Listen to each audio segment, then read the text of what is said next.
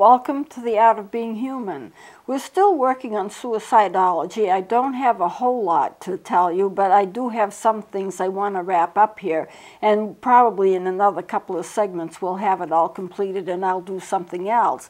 But I want to give you some general information on suicidology today, and I'm going to cover general things. Some of them I've told you, some of them I have not told you, and I'm going to do a lot of it through charts, so that I think it will be a help to you to remember what I'm saying. So first of all, for suicides, it's especially high among alcoholics, drug abusers, homosexuals, the elderly, and some health care workers, also alcoholics. That group of people, the drug users, the alcoholics, it's a self-destructive behavior. Drinking and using drugs is self-destructive behavior.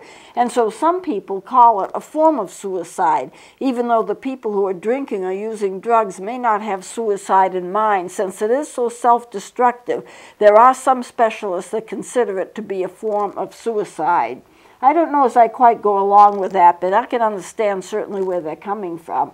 Now, among homosexuals, this may be changing because society is changing in terms of homosexuals in their view of them, but there has been a stigma attached to homosexuality for years, and so therefore they have been prone to suicides. I know I've worked with any number of homosexuals who are suicide potential. They show suicide potential.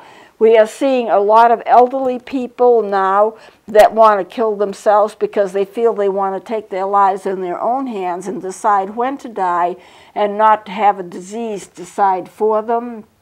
They've lost their friends, they're ill, they don't feel good, they're married, but they think they're putting too much stress on their families or on their husbands or wives, so they are learning how, and the society is becoming more prone to accepting that. I think it's a big mistake, but that's not my point of view, but just to point out where we are in society. And healthcare workers, there is a tremendous strain on healthcare workers. And psychiatrists included. The suicide rate for psychiatrists is fairly high, but there's a tremendous strain on people who take care of other people. They don't get enough breaks. They're constantly on call. They're constantly taking care of somebody else. There's a constant responsibility. And in terms of counseling people is a very, very draining profession. That's why psychiatrists have such a hard time with it. And so we do find that psychiatrists and other healthcare workers, both for physical health and for emotional health, may be more prone to suicide because of the stress that they suffer from. Well, everybody has stress, and we have more of it as society gets further and further along. We seem to have more and more stress, and so more and more people are opting for suicide as a coping skill. If I'm not here, I don't have to deal with it. It's not really a coping skill. It's getting out of what's going on, but you never can get back. It's a permanent coping skill. It's a permanent demise of your own life by your own hands. So it's not a good thing to do, but I just wanted to give you kind of a range of who is more prone and why they're more prone. Now, we do know that suicidal people often communicate. I've talked about clues and I've talked about cues to suicide. Why do they do it? Well, a lot of people do it because they haven't made a decision to do it and they're still thinking about it. They're like thinking out loud. Should I? Shouldn't I? What is the results going to be? Who's going to take care of my pets? What's going to happen here? What's going to happen there? And they haven't completely made a decision, but they're toying with a decision. And you have to take that seriously because anyone who's toying with a decision is more prone to do it. They're more prone to come to the decision to do it. Now, I do want to add here that people who are deeply depressed, people who are in a lot of physical pain, a lot of emotional pain, they oftentimes have little glints of suicide. They often think about it in a transitory fashion. They have no intention of doing it. They won't do it, but it comes upon them thinking about it. What would it be like if I did this? Would this be an option? Most of those people who think about this in a fleeting kind of way will not do it. They'll think about it, they'll dismiss it out of hand. But there are those who kind of think about it, and then they become more absorbed in it and more absorbed in it, and then finally they actually have to struggle with the decision as to whether they do it or not. Many people don't know whether they want to do it, but there are other reasons to communicate. To manipulate others, you do what I want you to do, or I might not be around anymore. That's pure manipulation. That is not really mental illness. It's I want you to do something, and if I have to tell you that I'm going to kill myself if you don't, that I'm placing my life in your hands, and if I do it, then it's all your fault. It's not my fault, because all you had to do was to do the thing I asked you to do. Now that is just not really true mental illness. It's a manipulative thing. Sometimes people will talk about suicide to prepare others for their death because they're fully intentioned to do it. They want to do it, but they don't want their loved ones to find out when it's all over with and when they're in a terrible state of shock. So what they do is they leave little hints to see if their families will pick up on it.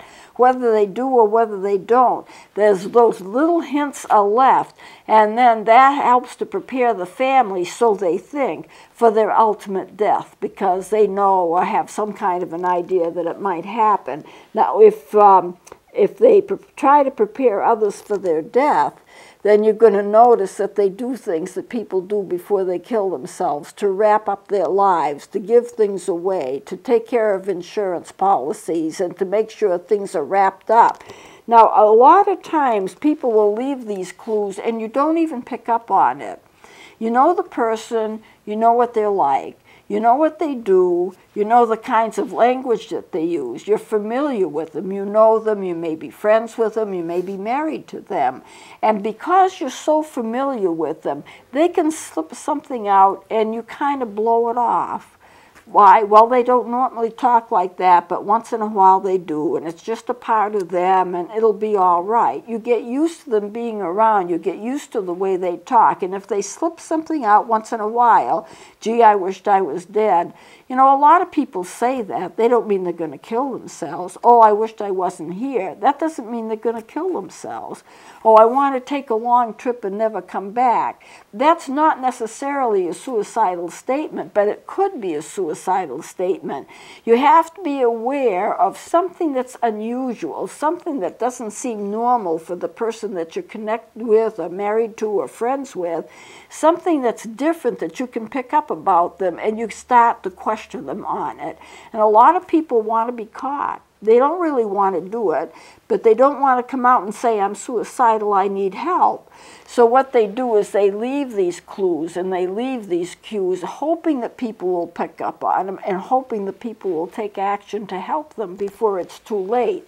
So they may want to prepare another for their death. Sometimes they just want to change things. If they want people to finally listen to what they're saying, they feel they've been talking forever, they've been making statements, they're not doing well, and people aren't paying that much attention to them, that if they say, oh, I'm going to kill myself, something that's that direct, people will start to pay attention to them, and generally speaking, they will pay attention to them, and then they can intervene. So a lot of times they're asking for help. And people will finally listen. And some people communicate without even knowing that they're communicating. If you are going on a trip, let's say you're going to France. You've wanted to go to France for a long time. This is a dream vacation for you. And you've bought your tickets, and now the countdown is on. You're actually going, you're happy about it.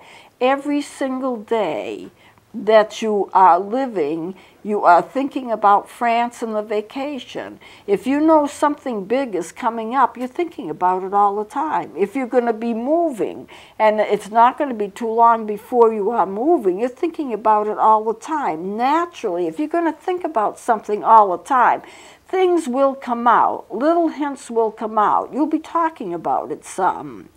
Well, it's the same thing in suicide. Once a decision has been made, you're thinking about it all the time, or whoever is suicidal is thinking about it all the time. And things are bound to somehow come out. Little comments here, little comments there. It just happens. It just is a part of your communication. So sometimes people do communicate and they don't even really know that they're doing it. Now I'm going to take this down. Suicide has become epidemic. There's one of the reasons I wanted to do this series, and I've been doing it for a number of weeks now, is the fact that it's epidemic. A lot of people are killing themselves. It's not the right thing to do, but they're doing it partly as a coping mechanism, partly because they're in such despair that they feel that they have no hope. What we are also seeing is a clustering. A cluster suicide is when several people commit suicide at the same time. They want to do it all together as a group. And for whatever reason, it might have to do with some kind of an odd religious thing, or it may be that they feel that they're going to be together after death, or whatever they feel. It might be some kind of a philosophical thing, but you'll have a group decide to do it together. And in history, we have found that certain times in history, there's a high prevalence of clustering. And then it goes down and there's practically no clustering. People still commit suicide, but there's no clustering. But at certain times in history, there have been certain times when, and I don't know what the historical fact is that would bring it about, but that people will decide to cluster and do group suicides. It's basically a group suicide. Then you have teenage suicides. I want to mention here, especially with teenage suicides, teens have a terrible grief reaction to the loss of their friend from suicide. They have a terrible grief reaction. Mainly it's through guilt. I should have stopped it. I could have stopped it. I didn't stop it. Why didn't I stop it? I don't understand it. I am to blame for my friend's death. Now, that's never the case. You have to reassure them no one can be responsible for somebody else's life. Every person makes a decision to live or die on their own. However, a teen will grieve terribly at the reaction of a friend's death. I think of those children in Newtown where they lost 20 children when a gunman came in and just killed them. What are those other children going through? They have a terrible time. They'll have PTSD even if they weren't the ones that were shot. They will have PTSD even if they're not adult, because a child always takes on the blame themselves for something that happens. It's just part of their psychodynamics. It's a part of what they do. So teenagers have a terrible grief reaction to the loss of the friends, and they feel much guilt about that. Now, how the media reports a suicide will help to determine how teens and how other people react to it, but I'm thinking specifically here of teenagers. If the media emphasizes the grief and the awfulness of it, then it's less likely that another teenager will copycat and commit suicide themselves. You know, surviving teens, if they are taught that they're not to blame, it's a horrible thing, people are suffering, then they're learning by what they're seeing adults do. And if they are taught by the media that it's horrible, it should never be done, and the grief of the survivor is terrible, they're less likely to do it. So many times the media, although I haven't seen it recently, tends to magnify it, or tends to even romanticize it. You know, oh yes, a person is having trouble, so they're committing suicide, and they present it. The way the media presents it will help determine what kind of reaction teenagers will have to it. And it's important that the media show the awfulness of it, but also encourage teenagers they didn't have anything to do with it. They just thought they did. They are not responsible. So it's a way that it's a sensitive issue. How do you approach a teenager when they're going through the grief because one of their friends have died from suicide? How do you approach them? How do you help them? You need to know what they're thinking. You need to know what they're feeling. You need to know whether they've got their facts straight. How well do they know the victim? Because what happens with teenagers is that they're not emotionally mature yet. It's not their fault. It's the fact that the brain isn't emotionally mature yet. And so we expect sometimes of teenagers much more than what they can give. We expect a maturity out of them that they just don't have. And it's a maturity that they can't have because their brains aren't mature enough to be that, to have an adult kind of look on things. Remember, the brain does not complete its wiring until the mid-20s. And when a child gets to be about 13 years old or preteen and early teenagers, their brains start to rewire. And as they rewire, they don't have the full effect of what the brain would be if it were mature. They just don't. They're not mature enough. And so you have to help them to get over things, and you have to be supportive of them, and you have to understand that they do feel guilt even if they're not responsible, and you have to help them with that. So what the media does is important in terms of understanding suicide. Let me put this down and get another chart up here.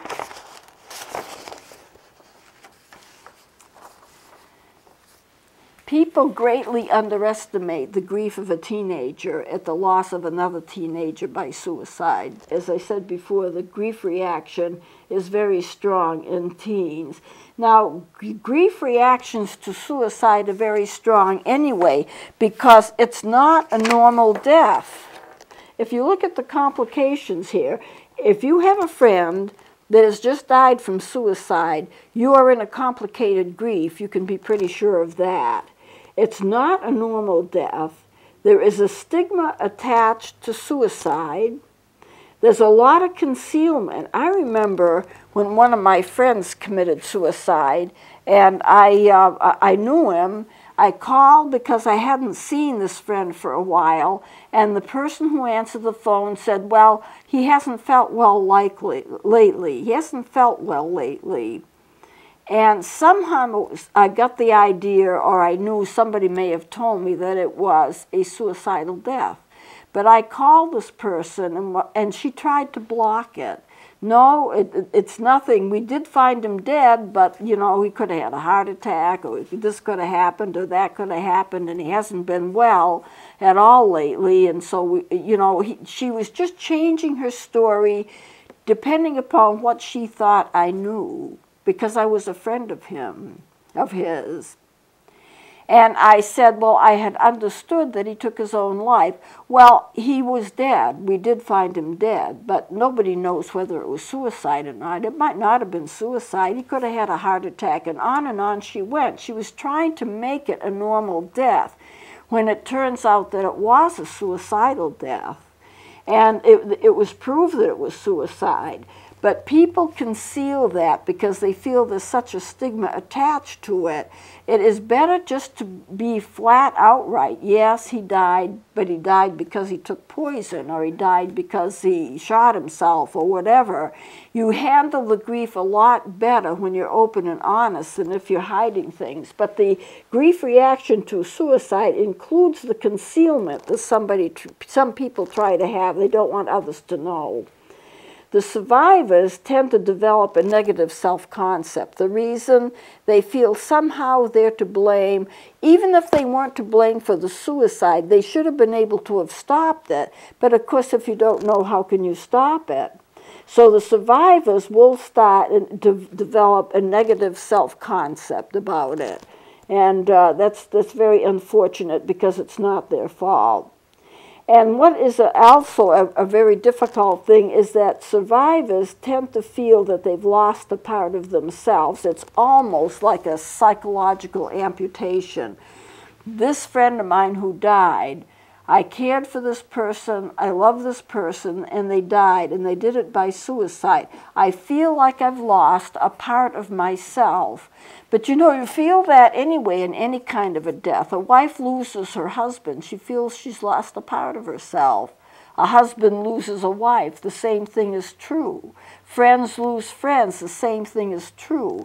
But I think in a suicide, that those feelings are intensified, because if you lose somebody that you care about and they're not there anymore and you can't rely on them and you can't talk to them, well, that's an awful thing. That's a very hard thing. So they feel that they've lost a part of themselves because they were identified and attached to the individual who was lost. There is shame, rejection, anger, depression, more than in a normal death. All of the feelings that you would have as a result of a normal death get accentuated and made stronger if the death is due to a suicide. And the reason for that, it's just because it's not a normal death. And you keep thinking, I should have stopped it. Why couldn't I have stopped it? And so everything is accentuated. And you also have feelings of abandonment. People who have lost people due to death, and I'm not talking just about suicide here, they often feel like they've been abandoned, and they can become very angry at the person who died. You left me. You shouldn't have left me. Now, of course, it doesn't seem reasonable, and it isn't reasonable, but at the same time, it's a normal part of the grief process. No matter what you feel in the grief process, it's probably normal. You can't explain it rationally. You can't be rational about it. It is a special state of mind that you're in that rationality just doesn't even play a part. So if you've lost somebody, whether it's suicide or whether it's to a natural death, don't feel guilty if you feel angry. The anger feelings are normal. They will subside, and you need to understand that they will subside. So I think what I'll do is close it here. We're pretty much out of time. The next time I'm going to talk about how children can be helped when they are feeling traumatized by the death of a friend, and how to handle children when they are suffering from somebody else's suicide and they've survived it, but they are just traumatized by it. We'll go into that, and we'll go into some other things next time. So please join me then.